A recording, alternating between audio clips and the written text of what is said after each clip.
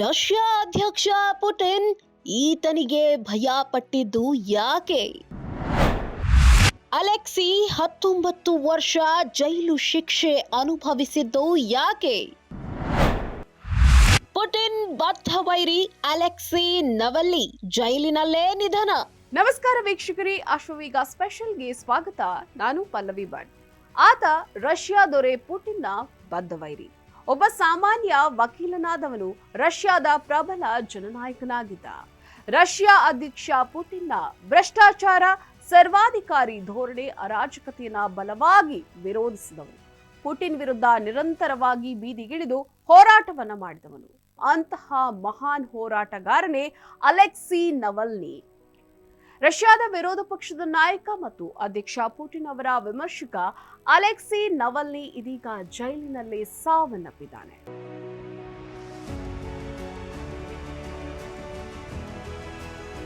ಸಾವಿರದ 1976 ಜೂನ್ 4ರಂದು ಜನಿಸಿದ ಅಲೆಕ್ಸಿ ರಷ್ಯಾದ ವಿರೋಧ ಪಕ್ಷದ ಪ್ರಮುಖ ನಾಯಕನಾಗಿದ್ದ. ರಷ್ಯಾ ಅಧ್ಯಕ್ಷ ಪುಟಿನ್ ಅವರ ಪ್ರಬಲ ರಾಜಕೀಯ ಎದುರಾಳಿ. ಪುಟಿನ್ ಅವರ ದುರಾಡಳಿತದ ಬಗ್ಗೆ ಸದಾ ವಿಮರ್ಶಿಸುತ್ತಲೇ ಬರ್ತಾ ಇದ್ದ ಅಲೆಕ್ಸಿ ನಿರಂತರವಾಗಿ ಮಾನವ ಹಕ್ಕುಗಳಿಗಾಗಿ ಧ್ವನಿಯನ್ನ ಎತ್ತಿದ್ದ. ಸಾಮಾಜಿಕ ನ್ಯಾಯಕ್ಕಾಗಿ ಬೀದಿಗಿಳಿದು ಹೋರಾಟವನ್ನ ಕೂಡ ಮಾಡಿದ್ದ. ದೇಶಕ್ಕಾಗಿ ತನ್ನನ್ನ ತಾನೇ ಮುಡಿಪಾಗಿಟ್ಟಿದ್ದ. ರಾಜಕೀಯವನ್ನ ಹೊರತುಪಡಿಸಿ ಜನಸಾಮಾನ್ಯರ ಏಳಿಗೆಗಾಗಿ ಶ್ರಮಿಸಿದಂತಹವನು. ದೇಶದ ಸುಭದ್ರಕ್ಕಾಗಿ ಹಗಲಿರುಳು ಹೋರಾಟದಲ್ಲಿ ತೊಡಗಿಕೊಳ್ತಾ ಬಂದವನು ಈ ಅಲೆಕ್ಸಿ ನವಲ್ನಿ. ತಾನು ಬದುಕಿದ್ದಷ್ಟು ದಿನಗಳು ಜನಸಾಮಾನ್ಯರಿಗಾಗಿ ಬೀದಿಯಲ್ಲೇ ಹೋರಾಟಗಳನ್ನ ಮಾಡಿಕೊಂಡೇ ಬರ್ತಾ ಇದ್ದವನು. ದೇಶವನ್ನ ಮುನ್ನಡೆಸಲು ಹಲವು ರೀತಿಯ ಪ್ರಯತ್ನಗಳನ್ನ ಮಾಡಿಕೊಂಡೇ ಬರ್ತಾ ಇದ್ದ. ಜೈಲಿನಲ್ಲಿದ್ದುಕೊಂಡೇ ಭ್ರಷ್ಟ ರಾಜಕಾರಣದ ವಿರುದ್ಧ ಧ್ವನಿಯನ್ನ ಎತ್ತಿದ. ಈ ಕಾರಣಕ್ಕಾಗಿ ಈತನ ಬೆಂಬಲಿಗರು ಅಲೆಕ್ಸಿಯನ್ನು ನೆಲ್ಸನ್ ಮಂಡೇಲಾಗೆ ಹೋಲಿಕೆಯನ್ನ ಮಾಡ್ತಾ ಇದ್ರು. ಅಲೆಕ್ಸಿ ತನ್ನ ಸೋಷಿಯಲ್ ಮೀಡಿಯಾ ಮೂಲಕ ಭ್ರಷ್ಟಾಚಾರವನ್ನ ಬಹಿರಂಗಪಡಿಸ್ತಾ ಇದ್ದ. ಈ ದೇಶವನ್ನು ವಂಚಕರು, ಭ್ರಷ್ಟರು, ಕಳ್ಳರಿಂದ ರಕ್ಷಿಸಬೇಕಿದೆ ಅಂತ ವಿಡಿಯೋಗಳ ಮೂಲಕ ರಷ್ಯಾ ಜನರಿಗೆ ತಿಳುವಳಿಕೆಯನ್ನ ಮಾಡ್ತಾ ಇದ್ದ.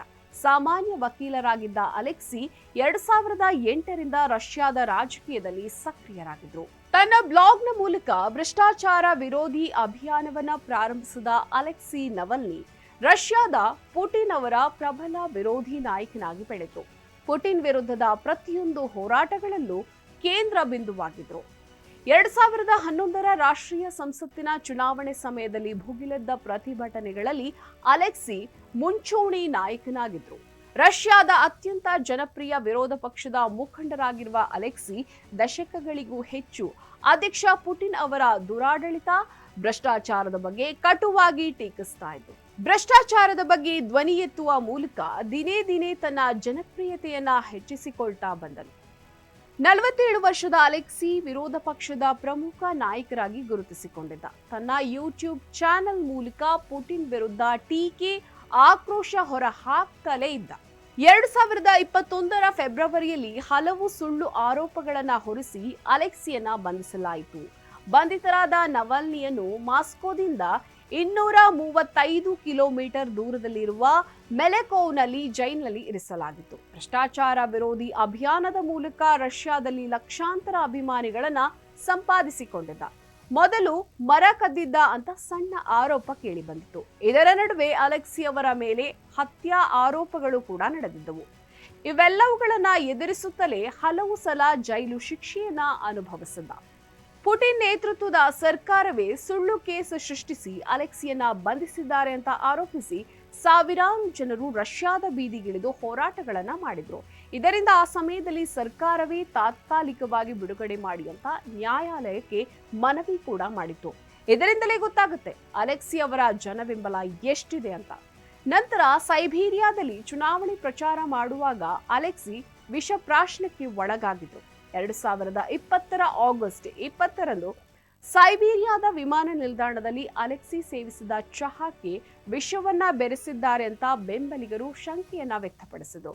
ಆ ಸಮಯದಲ್ಲಿ ಪ್ರಜ್ಞೆ ತಪ್ಪಿ ಬಿದ್ದ ಅಲೆಕ್ಸಿಯನ್ನು ಆಸ್ಪತ್ರೆಗೆ ಕರೆದೊಯ್ಯಲಾಯಿತು. ಜರ್ಮನಿಯಲ್ಲಿ ತಜ್ಞರಿಂದ ಚಿಕಿತ್ಸೆ ಪಡೆದ ನಂತರ ಅವರು 2021ರ ಜನವರಿ 17ರಂದು ರಷ್ಯಾಕ್ಕೆ ಮರಳಿದ್ರು. ಆದರೆ ಇದಕ್ಕೂ ಹಿಂದಿನ ಜೈಲು ವಾಸದ ಅವಧಿಯಲ್ಲಿ ಪೆರೋಲ್ ಉಲ್ಲಂಘನೆ ಮಾಡಿದ್ದಾರೆ ಎಂಬ ಆರೋಪದ ಮೇಲೆ ಅವರನ್ನ ಬಂಧಿಸಿದ್ರು. ಪೆರೋಲ್ ಉಲ್ಲಂಘನೆಗಾಗಿ ಅವರಿಗೆ 3.5 ವರ್ಷಗಳ ಜೈಲು ಶಿಕ್ಷೆಯನ್ನ ವಿಧಿಸಲಾಯಿತು. 19 ವರ್ಷಗಳಿಂದ ಜೈಲಿನಲ್ಲೇ ಇದ್ದ ಅಲೆಕ್ಸಿ ಜೈಲಿನ ಒಳಗೆ ಮೃತಪಟ್ಟಿದ್ದಾರೆ. ದಿನನಿತ್ಯದಂತೆ ಶುಕ್ರವಾರ ಬೆಳಿಗ್ಗೆ ವಾಯುವಿಹಾರ ನಡೆಸಿದ ಬಳಿಕ ಅಲೆಕ್ಸಿ ಕುಸಿದು ಬಿದ್ದು ಪ್ರಜ್ಞೆ ತಪ್ಪಿ ಬಿದ್ದಿದ್ದಾರೆ. ಪ್ರಾಥಮಿಕ ಚಿಕಿತ್ಸೆ ಒದಗಿಸಿದ್ರೂ ಫಲ ನೀಡಲಿಲ್ಲ. ಅಲೆಕ್ಸಿ ನಿಧನರಾಗಿದ್ದಾರೆ ಅಂತ ಜೈಲು ಅಧಿಕಾರಿಗಳು ತಿಳಿಸಿದ್ದಾರೆ. ಜೈಲಿನಿಂದ ಬಿಡುಗಡೆ ಆಗುವುದಕ್ಕೆ ಹಲವು ಸಲ ಕಾನೂನು ಹೋರಾಟ ಮಾಡಿಯೇ ಅವರಿಗೆ ಹಂತ ಹಂತವಾಗಿ ಗೆಲುವು ಸಿಕ್ಕಿತು. ಇದರ ನಡುವೆಯೇ ದಿಢೀರ್ ಸಾವು ಸಂಭವಿಸಿದೆ. ಇದೀಗ ಹಲವು ಅನುಮಾನಗಳನ್ನ ಮೂಡಿಸಿದೆ.